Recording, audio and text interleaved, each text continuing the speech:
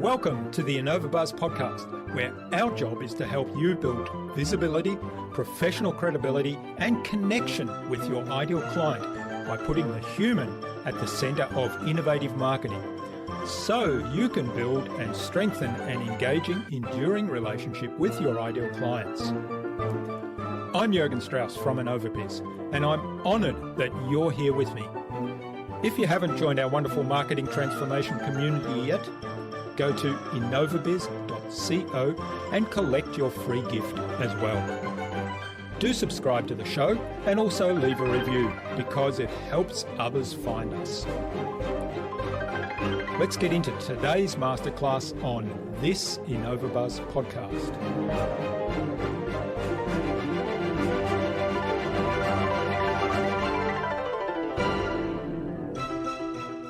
Stop thinking about big projects and instead think about small processes.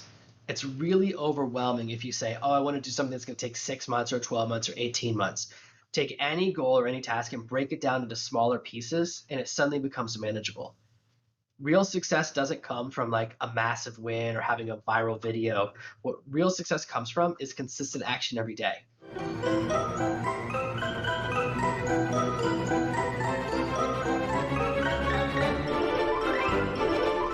Welcome back.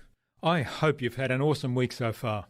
If you haven't yet listened to my recent conversations with Karan Nijavan of Jube and with Jamie J of Bottleneck Virtual Assistants, then do check them out, but only after you've listened to today's episode. I'm really excited to have on the InnovaBuzz podcast as my guest today, Jonathan Green from Serve No Master. After being fired from his dream job at 29, Jonathan vowed he would never be in a position that vulnerable again. Now, he's a multi-bestselling author, a celebrity ghostwriter, and he lives on a tropical island in the Pacific with his loving family. His mission is to help others achieve financial freedom, become their own boss, and ultimately serve no master. In our discussion today, Jonathan talked to me about turning your knowledge into a business. We talked about listening to your audience and the gift of feedback. And Jonathan explained his philosophy of extreme giving and the exceptional customer experience. Without further ado, then, let's fly into the hive and get the buzz from Jonathan Green.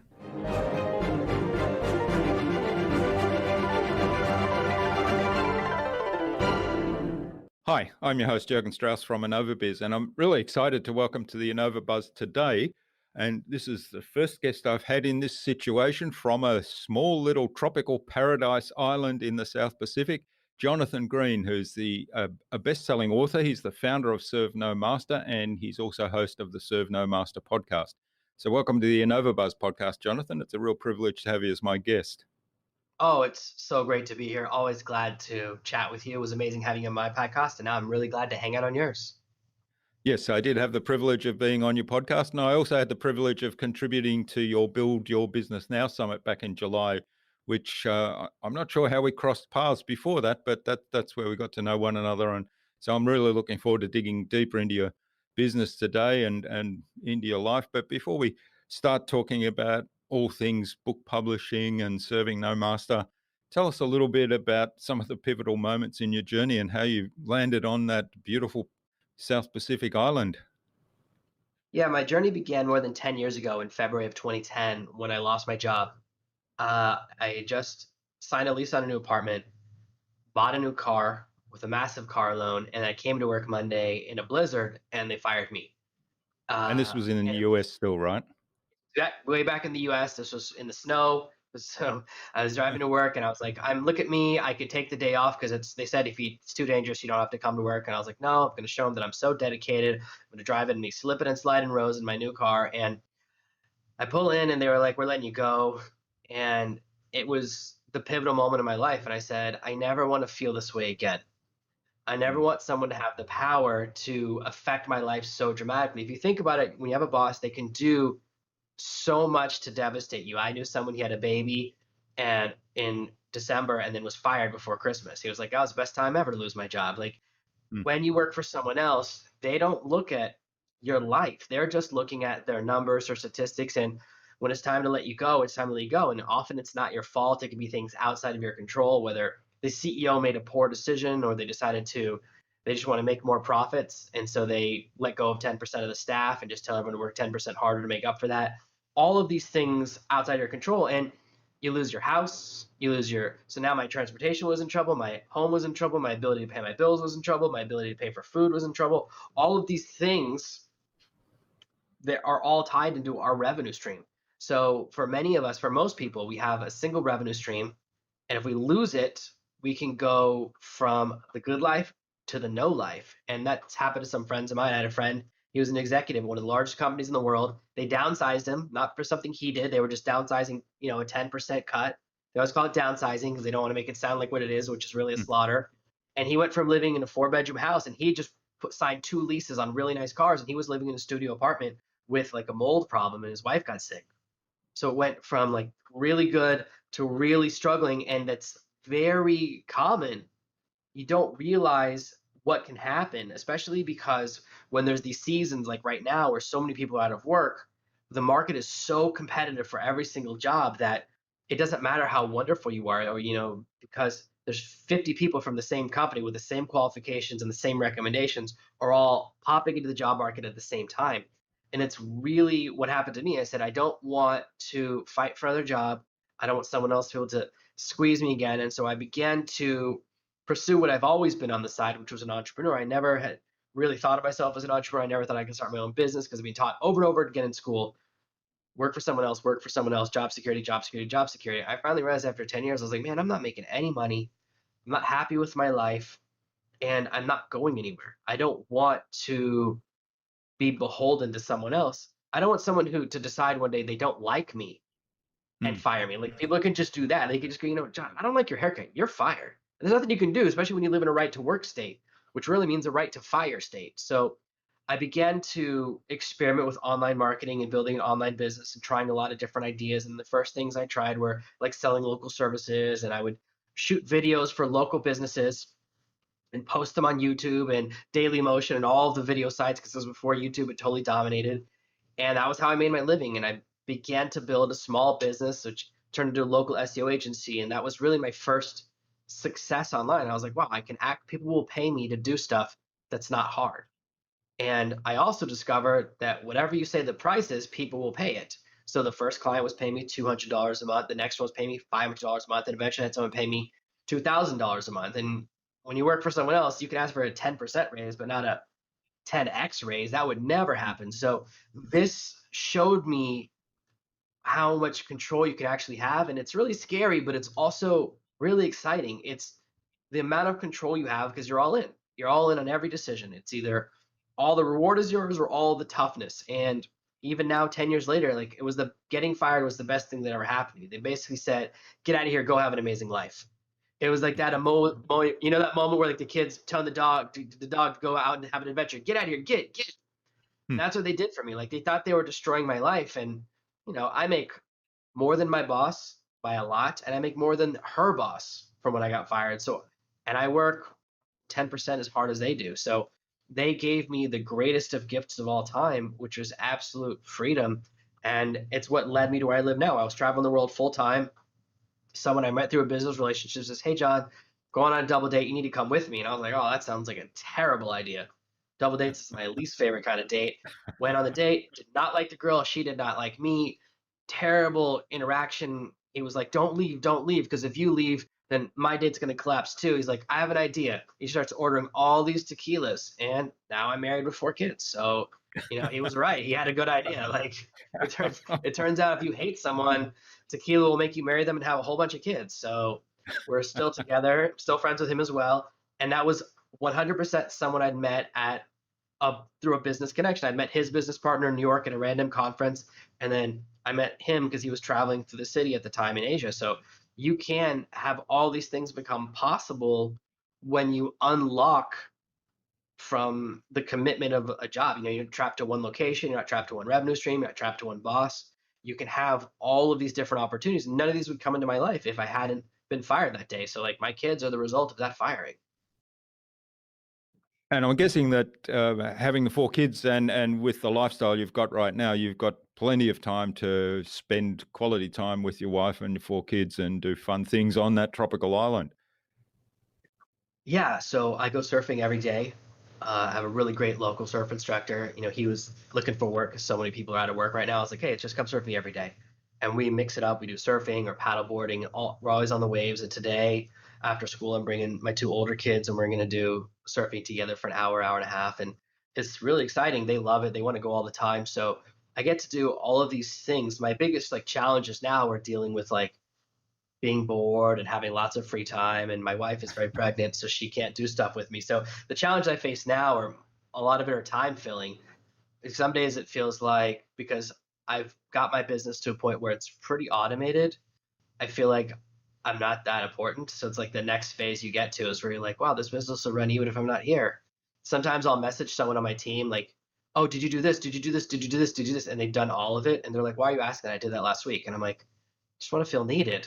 So you get to this crazy place in life where you can eventually have just a really great machine running. And I still do some things that are important. They just don't take a lot of time. Most of it's the networking, like things like this, only I can do, whether it's me hosting the podcast or me appearing on someone else's podcast or me recording live videos. So that stuff is what I have to do, but it doesn't take 40 hours a week. So I probably work hard 10 hours a week and gently another 15 or 20. So it's still like pretty close to a work day, but it's not like it was before where you go into work and you have to stay until 5 o'clock. You have to stay until the bell rings, even if you finish all your work. And if you do a really good job, you're punished. If, you know, traditional job, if you finish a month's worth of work on the first day, they just give you 30 more months worth of work to do for the next 29 days. There's no, and I have this with my team, it's very tempting with employees to, because they're paid per hour or they're paid per week, even if they're on salary, that you judge their work by how much time they spent working. And it's really, really critical to build in any type of business to be focused on output, to say how much got done this week. And that's really, I learned that lesson as an employee. And now that I've have so many people working for me, I've learned it as a boss that I really want to see what were the results. How many things did we sell this week? Did the podcast get published? How many people listened to this week's episode? How many people watched our videos on Facebook or watched our YouTube channel? Those are the metrics of like results. So first we have the output, which is like, did the videos get published? And those are more important. So sometimes people work for me and they go, oh, can I work this weekend? I want to get in more hours. So it's like, why are we having this conversation? Of course you can. Like, I don't care what hours you work as long as your work gets done on schedule. And being able to run a business that way means we can be highly efficient, that I don't punish people for finishing their work fast, or I don't make people feel like they have to work 8 hours a day. One of my top people is moving today, right? He can't work for 2 days because he has to move apartments. He had an, situation, and it doesn't matter. He was able to work extra hours earlier in the week to get his everything ahead. So then he has that freedom. So I try to pass into my team the same things that really matter to me, like the ability to be there for your family, the ability to have the free time when you need it and not feel that pressure, because many jobs, especially when you're, getting paid per hour, if you're not there, you're not getting paid. And if you're not there, someone has to be there because they're all tied to time and you lose your job.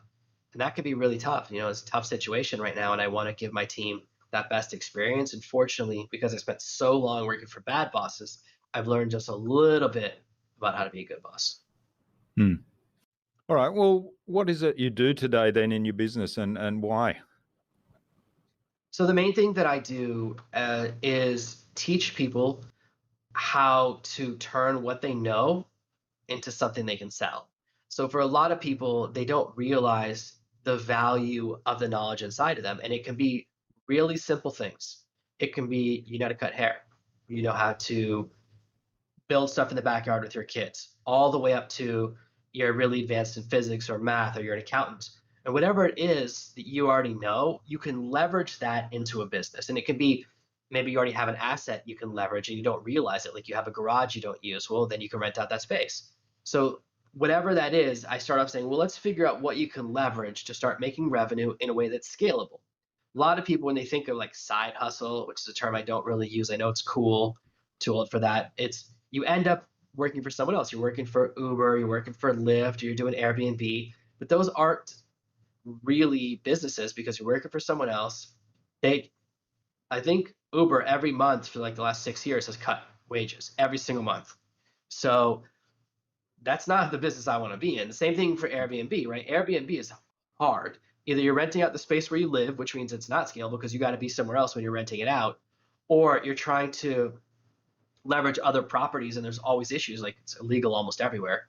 That catches up to you. Like they recently had a Supreme Court decision a year or two ago in Thailand. Airbnb is 100% illegal. Anyone who gets caught doing it, massive fine for every single day, all sorts of stuff. The guest at least doesn't go to jail. Like I looked that up, I was like, wait, because I discovered it when I was renting a place and I went in the building. There was a giant sign in front of the building, Airbnb is illegal in Thailand now. And I was like, whoa, I don't want to go to jail. But fortunately, so I looked it up and yeah. We were staying in San So- Francisco at an Airbnb, and we had a similar experience. There was a private summons for the person renting the property placed on the door in the corridor of the apartment building, so everybody could see what was going on. Yeah. And so we fall into the mistake of thinking working for an app is like a business. It's not. It's a great way to make a little extra money in between your other jobs. Like if you're an actor, then it makes sense because you need to be able to work whatever hours you want, and that's the value. But for building your own business, what I teach is you need to find something that you can scale and that you can raise the price on. So whatever you're doing, like let's say you're an accountant, so you work for someone else, your boss is paying you less than you generate. No one would ever pay you. If you generate $10 an hour in profit, they would never pay you 11 because they would be losing $1 an hour. The business would go out of business. So whatever your boss is paying you, it's less than you're worth. It has to be, or the business wouldn't operate. And when you look at like a larger business that has like a physical footprint, like a store, you're paying the rent of the store is coming out of your effort. You're talking about everyone else's salaries, health insurance across the company, which is amortized. So it's like they're averaging across everyone who works there. So if you're the healthiest person, you're still paying more. If you're the sickest person, maybe you're getting a good deal. But all of these things you don't even realize, you can probably double your salary just by going independent. And often that is just a matter of changing your LinkedIn profile to say, I also offer one-on-one consulting after work hours. And you can start to get clients. Like people always say, Jonathan, how did you get your first client? Here's all I did. Made a website that was terrible. It was literally unreadable. It was blue text on a black background. It might as well have been a polar bear blinking his eyes in a snowstorm. It was literally, you could not read it. But that became my pitch. I would go, my website is terrible because I'm so busy working on your website. So I said, I'll just turn whatever my greatest weakness is into a justification. I was like, oh no, the website looks terrible because I'm only working on client stuff. I don't have time for my own stuff. I said, if you want me, I always, in every meeting with the client, I'll go, do you want me to work my own website or yours? And they would always choose theirs. So I go, well, that's why I never have a good website.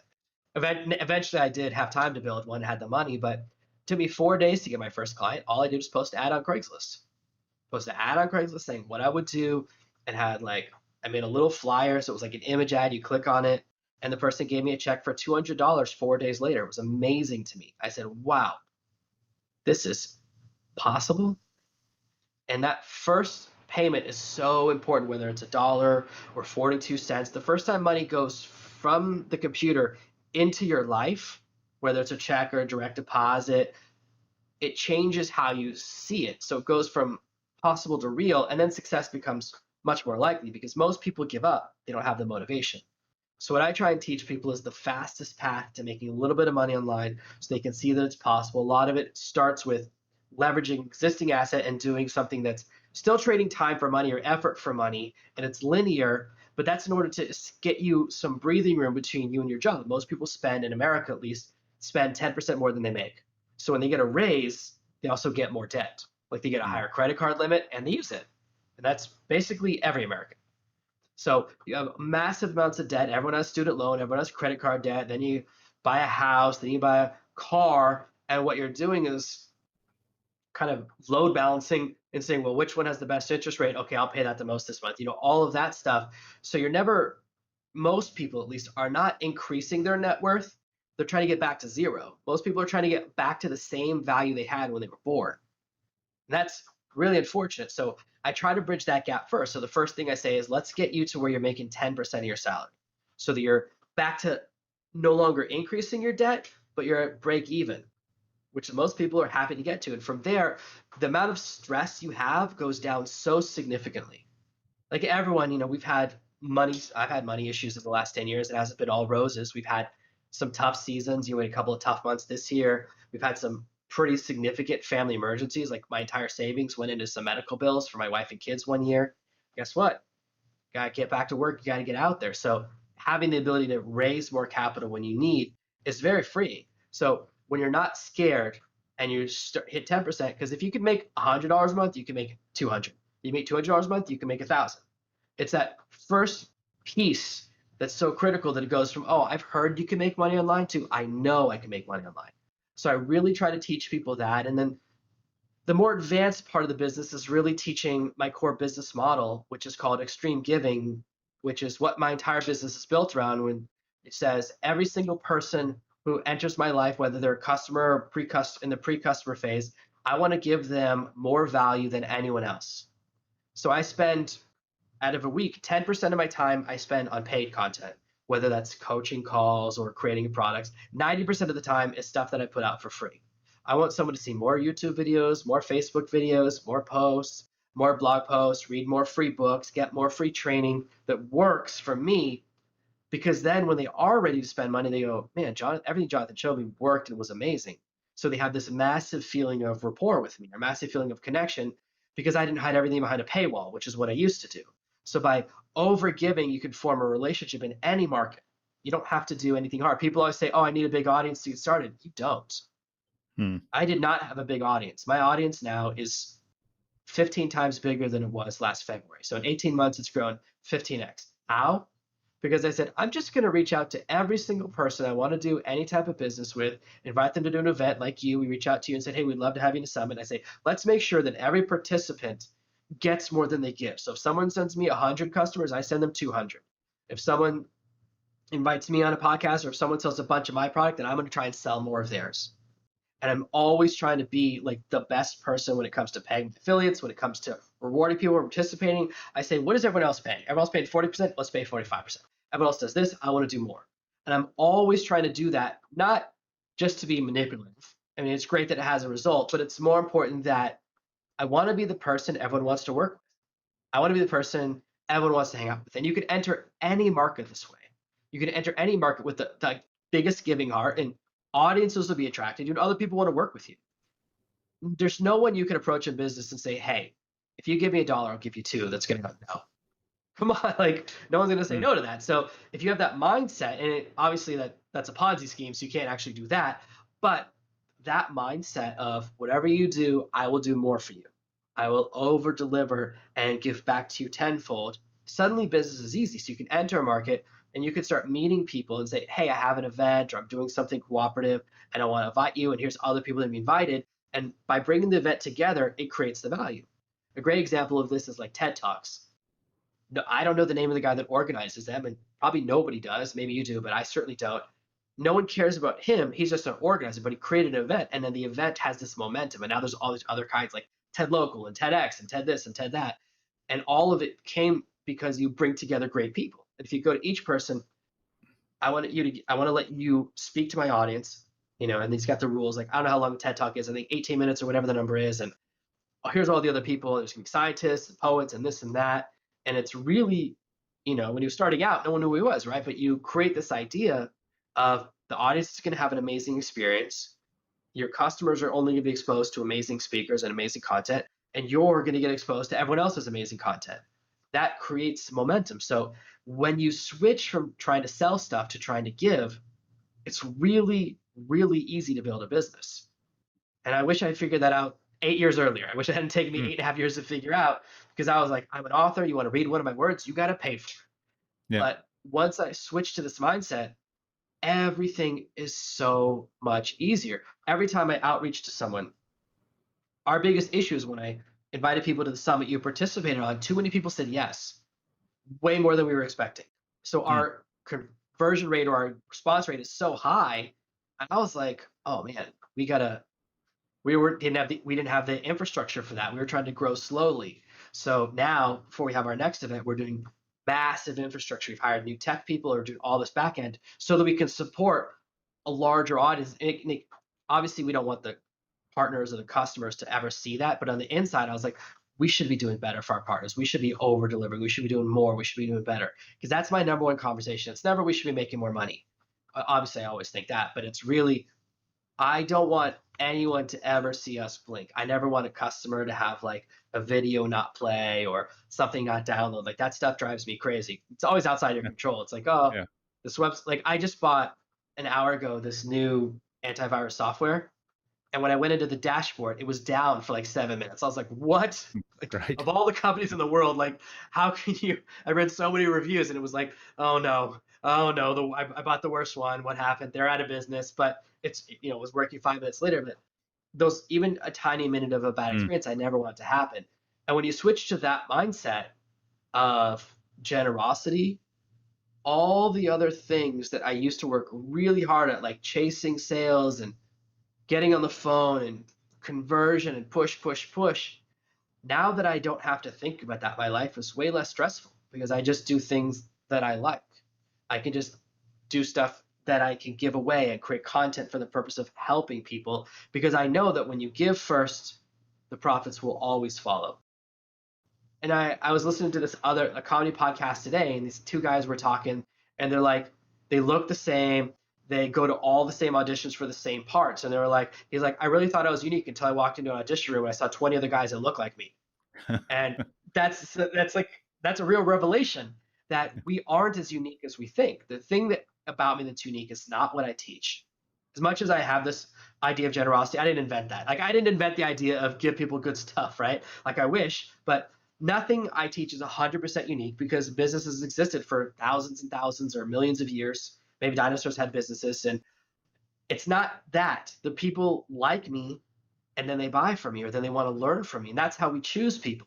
We choose, and when I look at who I listen to or who I spend time with, or which gym I go to, well, I go to the gym where I like the trainer, right? I might have a choice between two trainers, one who will give me a better result, but I hate them, and one who will give me a mediocre result, and I like them. Well, guess what I'm going to choose? What I like. Like that's how we make our decisions. So of course we choose our teachers or instructors the same way. So it's more the stories. Like people are more interested in the story about. I got an email last week from someone who's like, Jonathan, I love all your emails. I wish you'd include more pictures of your kids. I'm a grandmother. I'd love to see more of them. And I was like, okay, Yeah. that's the connection. That's what she finds interesting about me, and that's how we can differentiate. So worrying about the other stuff is not as important. It's the story that matters because that's how we choose who we work with and who we spend time with. Yeah, there's so much to unpack there, and the idea of extreme giving. I mean, you've really explained well some of the results out of that, and that's definitely something that I'd like to talk to you a little bit more about. I guess I want to start though with if somebody's in a position to say, well, I want to start a new business. You've convinced me I'm fed up with my 9-to-5 job and, this idea of job security. And actually that's less secure than if I did something myself. And so where do I start? So my belief is kind of a 3-step process. I believe that every business has 3 components. There's traffic, which is people finding you, discovering you, hearing about you. There's engagement, people starting to like you, becoming your friend. And at the end of that, there's profit. That's where, whether you're selling your own products or someone else, you have stuff in your store. So those are the 3 phases. So at the beginning is you have to figure out who you want to be your customer. You have to know who they are, what they like. So an example of this is that every single social media girl who's ever worked for me, I'm not good at social media. I've had every single one of them is in their 20s, they're millennials. They look at my website, they go, your website is terrible, I don't like it. And I said, and I always have to explain, that's because you're not my demographic. My demographic is 40 plus. My demographic sees my website, which has my website has a whole plan to it. It's based on a 1940s Dick Tracy comic book style.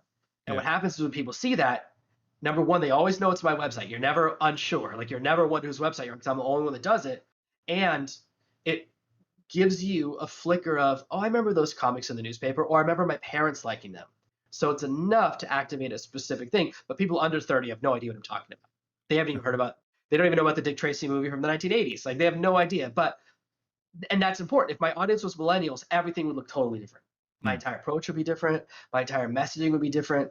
And if you don't know who you're talking to, which is all, the more you can dial into who your audience is, their age, their gender, because fitness for men and fitness for women, it's a different message. They're trying to get different results.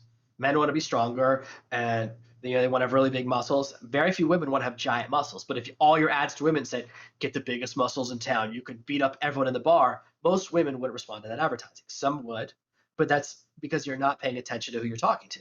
So you have to make sure you understand who your audience is before you do anything else. And then you want to figure out what their biggest problem is, what they want, what they need, and then just give it to them.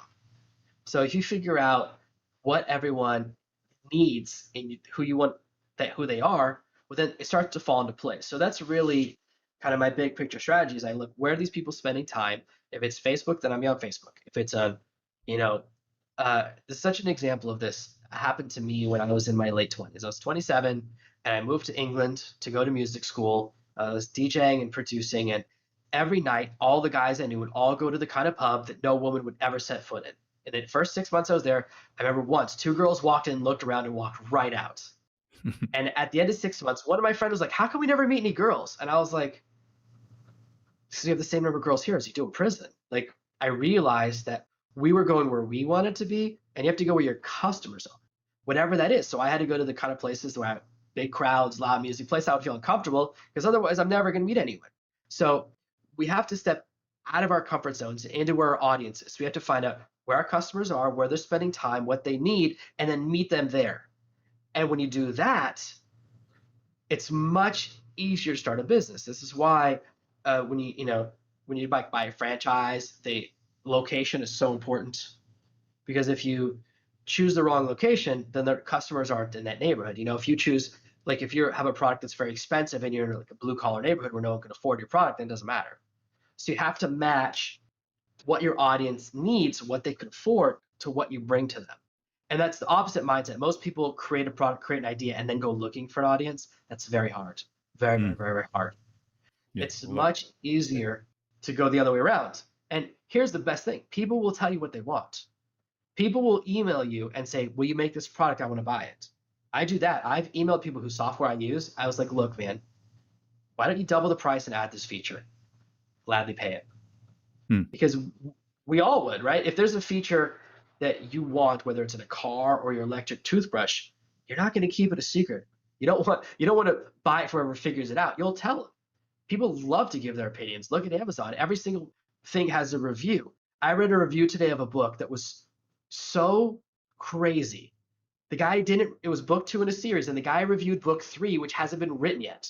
He goes, I have a feeling that book 3 is going to end up like Appomattox.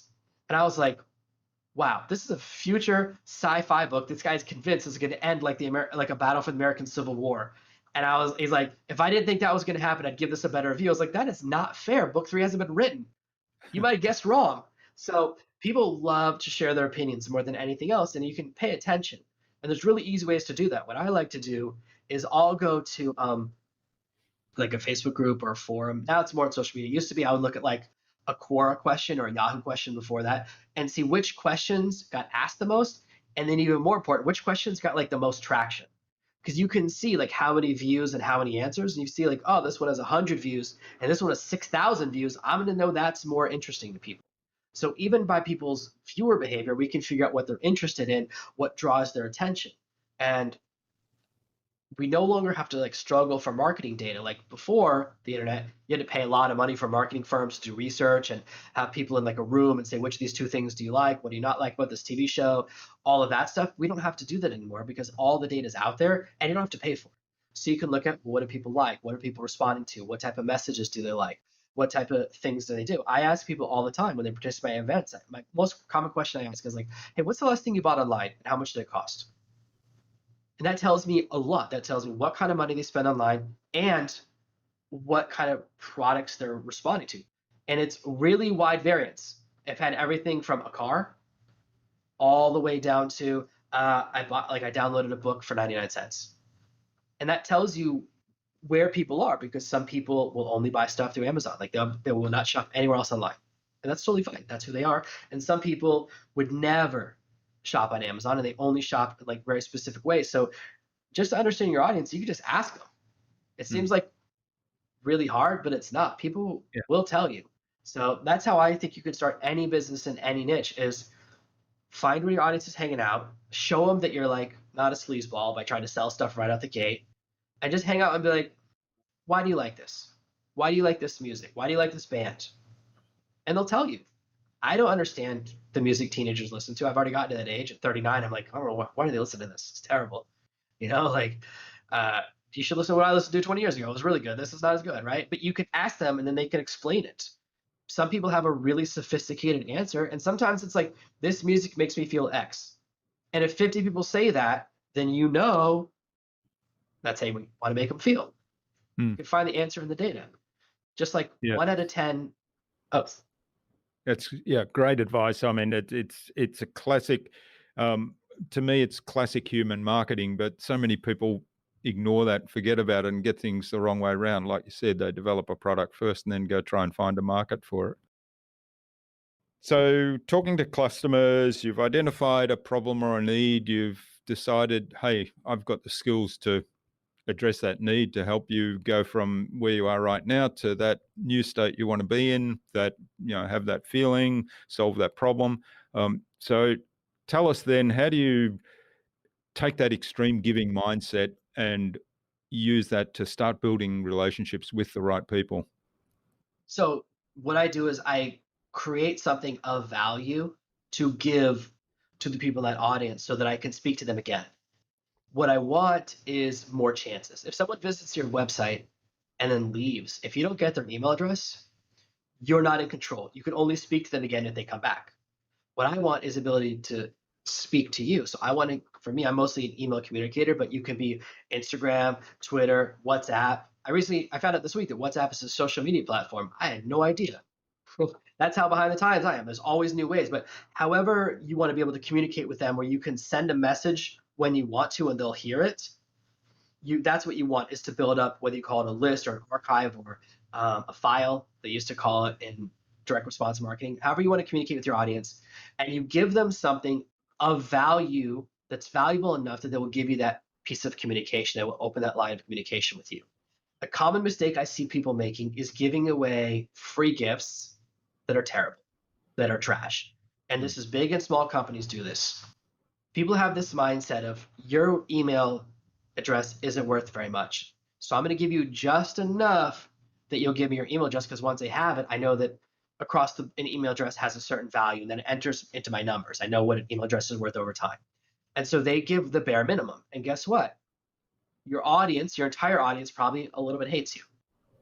They follow you because some of your stuff is interesting, but they always have this feeling. But if someone else comes in and is competing with you, even a small guy comes in and goes, hey, let me give you something that's 10 times better than that, and says, I respect you, because to me, an email address is really, really valuable. Probably the most valuable thing you possess, because it's an open ear. And I hate spam. I hate when I get emails that I didn't ask for. I hate how many people send out an email without an unsubscribe link at the bottom. I hate that stuff. So when I get it, I know that I would pay. I would probably, there's people that pay $20 a month to have like services that block those emails and stuff. They have extra services on top of whatever's in their email provider. That's how much people care about their privacy. So if you then go in and go, well, I know you pay $20 not to have an email, so I have to give you a gift worth $20. I have to give you something that's actually valuable. What I want, like when I give away a book, I want you to read it because you're going to like it. I just have been working on my new book on extreme giving, and I was talking to my manager on my team, and she was like, wow, this is really boring.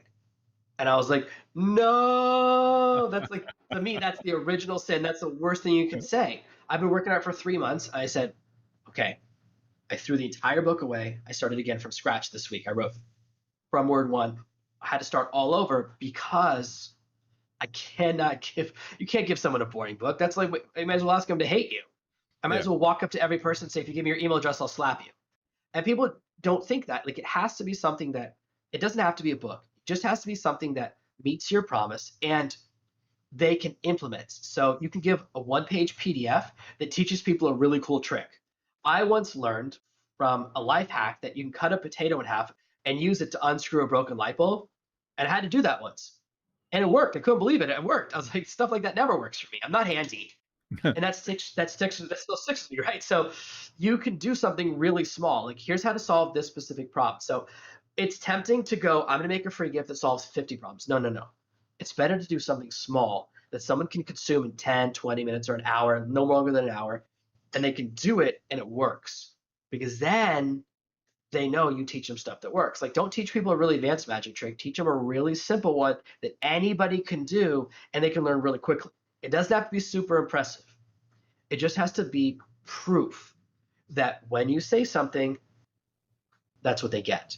Because it's the first step on the ladder of trust, which is before people buy from you, because the question they say is, well, will I actually get what I bought? And Mm. now they know that when they bought something, their email address. So, and you gave it to them, you go, oh, I'll give you a video that shows you how to do a magic trick, or I'll give you a video that shows you how to build something really simple. If you're doing like backyard projects, I'll teach you how to build your own shovel out of wood that your kids can use. Like, here's how to build 3 wooden beach toys, takes 20 minutes, costs $4 from supplies at the hardware store. Everyone would buy that. And then when you say, let me teach you how to make a radio flyer wagon on your own for $100, people will say, yeah, that sounds great, because I know that what you teach I can implement and have success. And that's a really important question that a lot of people skip over. I see this all the time. People give away really garbage gifts and they're like, well, I just hope no one reads it. Or they call it a book and it's not a book, or it doesn't solve the problem. When I get that stuff, I had someone who I bought courses from before. I took one of their free books. It did not meet the promise. It had a very specific promise. It was 50 pages of other stuff leading towards something else they wanted to sell. And I was like, well, I'm done buying from you. Mm. Yeah, that's the one. That's the most common one I see is where you get, they make a promise and then you get the lead magnet, whether it's a book or a video, and they give you a whole lot of reasons why you need to solve this problem. And they turn up the pain of the problem. And then when it gets to crunch time, like, okay, now tell me how to solve it. They say, okay, now if you want to solve this, here's my program that you have to buy, or here's my product that you have to buy. And I say, well, you actually said I was going to solve the problem through the lead magnet. So it leaves you hanging, and it kind of takes away from that trust there, doesn't it? Yeah, I think it destroys trust. I think Mm. it's much better to solve a small problem and then go, okay, I showed you how to change your oil. Let me show you how to, fix everything else on your car. So you can show something small. It doesn't have to be something big. It does. That's the mistake people make, is they think, oh, my lead magnet has to have a massive promise to have high conversion. It doesn't. I know people who will pay more money for a faster solution. Like, if you were in back pain, I said, look, I've got a solution that takes 18 months, a solution that takes 10 minutes. Which one do you want? Mm. Nobody's picking the 18 months. Like, we Yeah. think length equals value. It doesn't. That's a total misconception. And I'm guilty of writing really long books because I very love the sound of my voice, but it doesn't mean that's the right answer. Often the best answer is shorter. Brevity has a value in and of itself. You say, hey, I know your time's valuable. Let me show you this trick. Takes 5 minutes, boom, result. So, and you have this massive amount of trust that these other people don't have. That's why people who have much larger followings than me, my own following is not as large as people think it is, but I sell as much as people with followings about 10 times as big as me, and I way outsell everyone else. They go, how do you sell so? I'm like, well, it's because I like my audience. I just Mm. saw, actually, one of my audience members bought something that I didn't recommend to him that someone else did, but he bought it through my affiliate link. So I saw the notification. I was like, I'm probably going to email him and tell him to refund it, because I was like, I don't think it's the right product for you.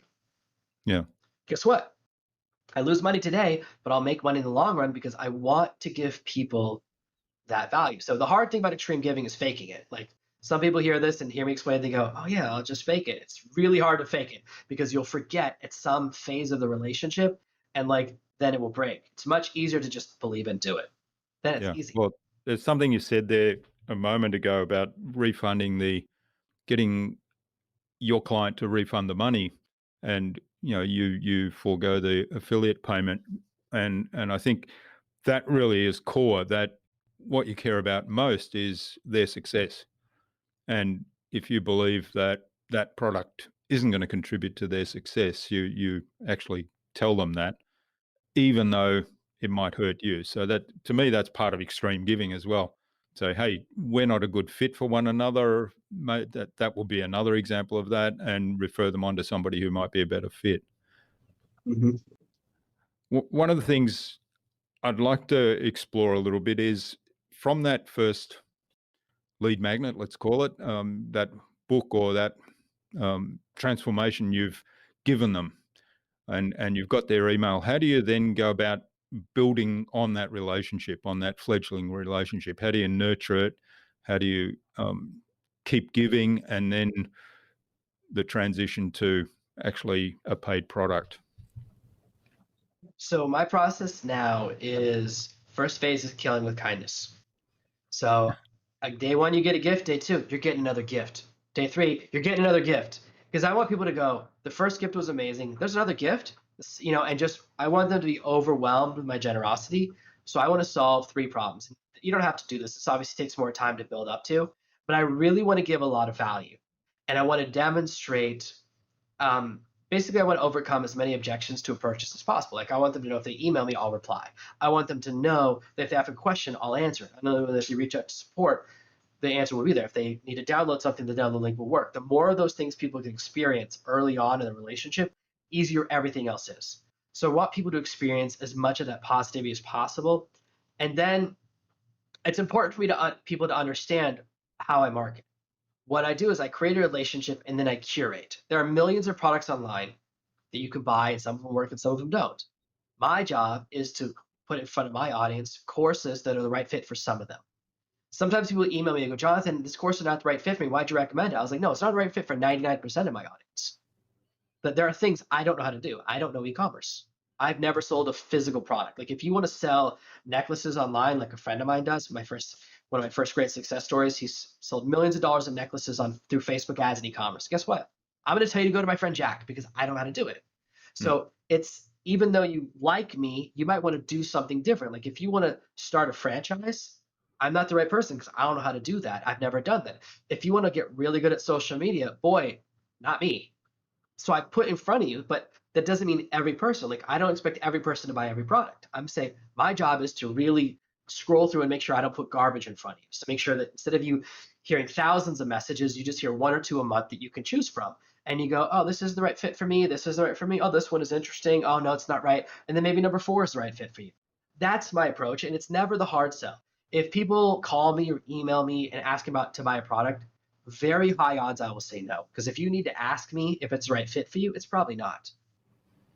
Because when it's the right one, you know, because you go, wow, this is exciting. I can see myself doing this. I'm not just buying it because they promise big money. What I'm excited by is the process interests me. This type of business model is something I see myself doing for 20 years. Then you're in the right place. That's the type, then you're going to respond right away. So if someone messages me things, some of the people are like, oh, is there a way I could split this over 3 credit cards? I was like, don't do that. Never, never, never do that. If you're in that situation, wait for the right fit. Wait for the right time. Go through my program to make money online and go through my free courses first, generate revenue, then use your profit to grow your business. I'm a big believer in that. And that back-end integrity means that when they are ready to make a purchase, then I'm the person they come to. And that's what I want to be. I want to be their trusted advisor. So as people spend time with me, I have a lot of my own programs that I teach. I say, oh, if you want to learn this, here's how to do it. If you want to learn that. And I just put those in front of people, never with the hard sell, never with the hard push. And if they respond to it, then they do. Sure, I could have sharper sales pages and have higher conversion rates with big promises and a lot of threats and scarcity. But I find that over time, I do much, much better just by saying, here's all the things I can teach you. Here's how this one has worked for me, or that one. Like, if I'm teaching how to blog or how to do a podcast, here's my real results. Because sometimes I see people that have a picture from like 17 years ago. I'm like, okay, well, that's okay. So that's really the marketing message. Now, you might be someone who just has a single product. Like, I don't really believe in starting a business with a product. I think it's better to start as an affiliate, because then you can see what people like. So if I enter a new market, which I do, I'm in about 6 or 7 markets right now, and I'll try to find 30 to 90 things that I find interesting and I think are pretty cool. Like, I have a large segment of one of my audiences that loves to buy magic bracelets. All, bracelets that make all these different promises. And I would never hard sell one of those. In fact, I wouldn't normally recommend those, but they email me and go, Jonathan, help us, I want to know more about these different bracelets that do different things. And so, okay, I'll share those with you. And I do a soft sell. I go, oh, here's a cool new different type of bracelet that I saw. I don't make a hard claim on it because I don't know anything about bracelets that like help you boost your immune system or any of those things or make you feel more confident. But I'm not going to deny people the right to look at what they want to look at. Like, unless it's something that I find totally unethical, but like a $10 bracelet, like, okay, that's fine. Like, I certainly, there's certain things I definitely don't recommend. I won't go into certain markets, but like, if people say I'm really interested in this, then I'm going to allow them. If people want to buy like custom tarot cards, okay. Like, to Hmm. me, that's what they want. It's not like selling people something dangerous or illegal or like really expensive. So I allow people to tell me what they want. And you can ask your audience, hey, what do you like? An example of this is my friend.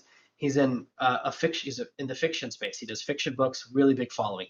And he asked a group of people. He goes, hey, do you guys, if I put out more audiobooks, how many of you like with special effects in the effects in the background? How many without? And he got a 50-50 response. And I said, yeah, that's because 50% of people have heard an audiobook with good effects, and 50% of people have heard an audiobook with bad effects. And so that's what their answer is. And what you need to do is get a sample of what your effects will sound like and say, here's 10 minutes of no effects, here's 10 minutes with effects. Which one do you like more? You need to get cleaner data. And even better is to say, which one of these are both for sale. This is $10, this is $11 because effects cost more money. Buy one. When people vote with their money, that's a real vote. Everyone's got an opinion. But when it's time to spend money, suddenly you get real data. So I love to get data from recommending other people's products because then I don't have to make the product. And then I know once you sell a bunch of something, this is what people buy the most of, I'll make my own version if I can. And then that's the business model I'm a big believer in. I think that it simplifies things a lot. Then you don't accidentally make a product that like everyone said they would buy and then they don't. That Hmm. happens a lot. That happens way more than people want to admit. Is that you asked 50 people, they all said they'd buy it, you made it for sale, then none of them bought it. Yeah, that's really great advice. That basically, I love the idea of selling other people's products because then you don't have to build anything. Because the classic lean methodology is that you have sort of a minimum viable product and you get people buying in and then you develop it with them together by getting their input in ways that you've described really well. But the idea of using someone else's product as that minimum viable product takes it to another level. So that's really great. All right. Well, this has been fabulous, Jonathan. I'm just looking at the clock here, and we've had so much fun that time is getting away from us. So I think it's a good point now to move on to the buzz, which is our innovation round, and it's designed to help our audience, who are primarily innovators and leaders in their field, with some tips from your experience. So I've got 5 questions. Hopefully, you'll give us some really snappy, insightful answers that'll prompt the listener to go and do something awesome today as a result. Okay. So what do you think the number one thing is anyone needs to do to be more innovative? Listen to your audience. Hmm. It's so easy. Like, I live in the middle of nowhere. It's so easy for me to not talk to anyone and come up with business ideas and build something. But it's much better to pay attention to what people are talking about, what people are interested in, and then react to that. Hmm. That's great advice, and you've given us lots of examples throughout the conversation today in ways that people can do that. So I encourage you to listen back to those tips. Now, what's the best thing you've done to develop new ideas? The best thing I've done is say yes. So I try to do a lot of things that are outside my comfort zone when I get invited to things or do things that are hard, like whether it's a public speaking engagement or whether it's participating in a different type of event, by going outside of my comfort zone or listening to ideas that I think are bad ideas and then giving them a try because I'm not always right. Last year, so my team had an idea and I said, that is a terrible idea. And it was the most profitable idea for the entire year. Changed our entire business model. I said it in my head. I'm glad I didn't say it to her. I was like, this seems like a really dumb idea, but go ahead and try it. That's basically what I was thinking. I was like, because I'm not always right. So being willing to try things that are out, that other people's ideas, unless you have specific data and you've tried it already, I will try any idea my team comes up with. As long as it's one I haven't already tried and failed, I'll go, let's give it a try. And that's really helped us to innovate and grow. Hmm. Yeah, great advice. I love that, and it's the concept of doing lots of experiments, right? So trying things out and then being nimble at the same time, I think, is important in this. Being nimble and adjusting and adapting. And of course, if you've been listening to your audience and you know what they want, then you've got lots of information that helps you kind of pivot and adapt those little experiments. Now, what's a favorite resource of yours that you use most often? Scrivener. So it's a word processor that changed my entire business model. Once I started using it I use it for everything. I use it almost every day. I'm not very good at it. There's a lot of really powerful features. I just like that it lets you break anything you write down into small sections. So instead of working and writing an entire book and having like 1,000 pages in front of me, I could just write 500 words at a time.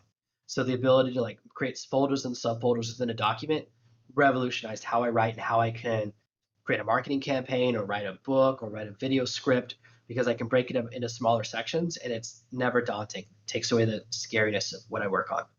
Mm. Mm. Yeah, I've looked at Scrivener. I've never really resonated with it, but it is a fascinating concept, and like you say, it sort of gives you the ability to break things down into smaller bits to work on. So I'll revisit it, have another look, and we'll certainly post a link in the show notes so people can check it out for themselves. Now, what's the best way to keep a project on track? Systems, processes, and project management software. So I until 2 years ago, I had no systems in place. Everything I did was just in my head, seat of my pants, nothing written down. When I started growing my team, a big part of our growth came from whenever I develop a process, I write it down and then other people can do it. So it allows you to have like quality control within your own company. It allows you to track your progress to see that you're doing things right. And it also, of course, eliminates a lot of mistakes because you skipped a step because you didn't write it down, so you forgot about it. All of these things can be handled just by writing down your process, and then it becomes replicable. Then you can actually hire someone else to do it. Once I master a process, I can pass it down to someone on my team, and even I train my team to make their own processes. So any type of project management software will solve this problem and it will help you to stay on track. That's how I do all of my projects. It's the only reason I'm able to operate at my level of efficiency. Yeah, that's great advice, and that's probably one of the big secrets to why you're bored sometimes. And people don't actually need you in the business anymore. And we've got an episode publishing soon. Well, it's publishing soon as we speak, but it will be published. So check back to David Jennings about systemology because he talks about this in great detail on that episode. And the final question of the buzz round, what's the number one thing anyone can do to differentiate themselves? Reveal your personality. A lot of people think that a business means the business they build a brand and they don't, and then look at the biggest brands in the world. What do they immediately have to do? They have to hire celebrities to become their representatives because people don't buy from brands, they buy from people. And the more people know you, the more likely they are to buy from you because they're going to like you. So this idea that you need like a business newsletter, a business style, that you can't have any of your own personal in your stories, it's the exact opposite. So the more of you inject into your marketing and the earlier you do that, the faster your business will grow. Yeah, that's certainly great advice, and it does clearly differentiate you because nobody has a personality like you. It's unique. Okay, well, Jonathan, where can people find out more about you and maybe even get in touch and say thanks for what you've shared today? Yeah, the best way is to head over to my website, Serve No Master. You can search it on any social media platform, search on any search engine. Every result is me. So, I'm fortunate that no one else has the same name. And you can see my books, you can see my podcast. I have loads of content. Of course, if you want to email me, it's just my name at Serve No Master. And I read every email myself because I want to answer every email myself because that's me meeting my first promise, which is that I will communicate with you if you communicate with me. Great. Well, there we go. You can reach out to Jonathan and mention this podcast, ask him some follow-up questions if you like, and he will personally answer those. All right. Now, is there some parting advice you'd like to leave the listener with today? Yeah, my best advice is to stop thinking about big projects and instead think about small processes. It's really overwhelming if you say, oh, I want to do something that's going to take 6 months or 12 months or 18 months. Take any goal or any task and break it down into smaller pieces, and it suddenly becomes manageable. Real success doesn't come from like a massive win or having a viral video. What real success comes from is consistent action every day. the real success of my business is that every single day, the small tasks get done over and over again. Recording a Facebook Live every day, posting a video every day, posting a new blog post every day or every week. Those small actions are what adds up to massive success. And they're far more powerful than someone just having a crazy day where they get a viral video and get 1 million views and then it turns into no sales. That's such great advice. And I'm reminded of my children's piano teacher when they were younger. They were learning at a very young age these huge piano concertos that, would go on for 30, 45 minutes sometimes. And they would commit it to memory and be able to perform it from memory. And I was always amazed. And I remember having this one conversation with the piano teacher and said, how do the kids do that? Because, our kids weren't the only ones. All the students were able to master these things. And she said to me, it's like eating pizza, one little piece at a time. And that stuck with me ever since. So I think that's really good advice to, take big projects, break them down, and then be really consistent about those little steps. All right. Then finally, Jonathan, who's someone else I need to get on the podcast for a conversation, and why?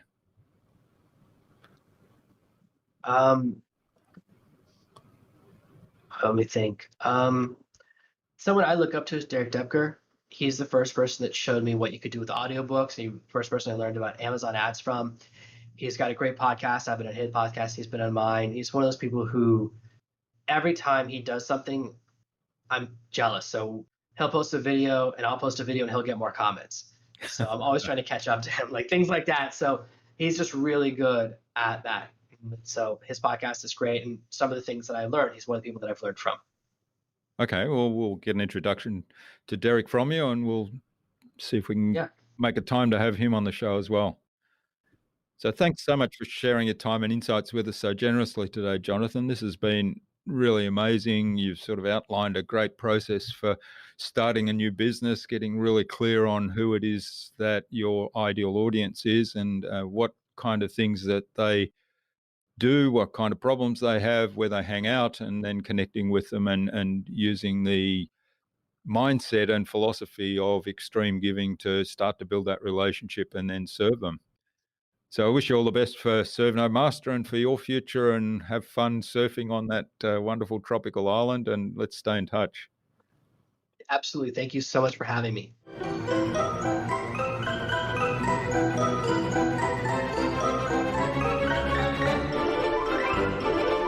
I hope you enjoyed that informative and engaging conversation with Jonathan and took something away from his episode. He really wrapped up his entire business model and endeavours in the extreme giving mindset and shared so much helpful information today as part of that. I'd love to know what you took away from Jonathan's episode.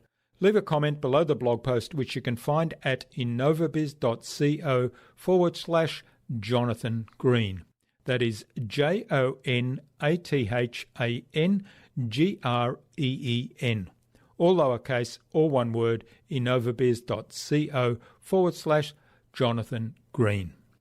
You'll also find contact information for getting in touch with Jonathan there, as well as links to the Serve No Master website, the Serve No Master podcast, his social media pages, and the other resources we spoke about in our conversation today. Jonathan suggested that we have a conversation with Derek Depker, founder of Excuse Profit Fitness, on a future InnovaBuzz podcast episode. So Derek, keep an eye on your inbox for an invitation from us to the InnovaBuzz podcast, courtesy of Jonathan Green. Tune in again to the next episodes of the InnovaBuzz podcast, where we've got even more fantastic guests lined up, including executive coach and psychologist Richard Orbe-Austin and Rebecca Arbona of Brand True. Thanks for listening to this episode. Make sure you subscribe to the show to be reminded of new episodes. It's free to subscribe. Leave a review if you like. Even if you don't like me, I'm okay with that. I'm asking you to leave a review because it helps other people find this show. Go to innovabiz.co to join our marketing transformation community and access a free gift my team and I made for you. It's the Marketing Master Mini Class. We want to give you everything you need to transform your marketing into a human-centred, relationship-focused growth engine. Until next time, I'm Jürgen Strauss from InnovaBuzz. Remember, be awesome and keep innovating.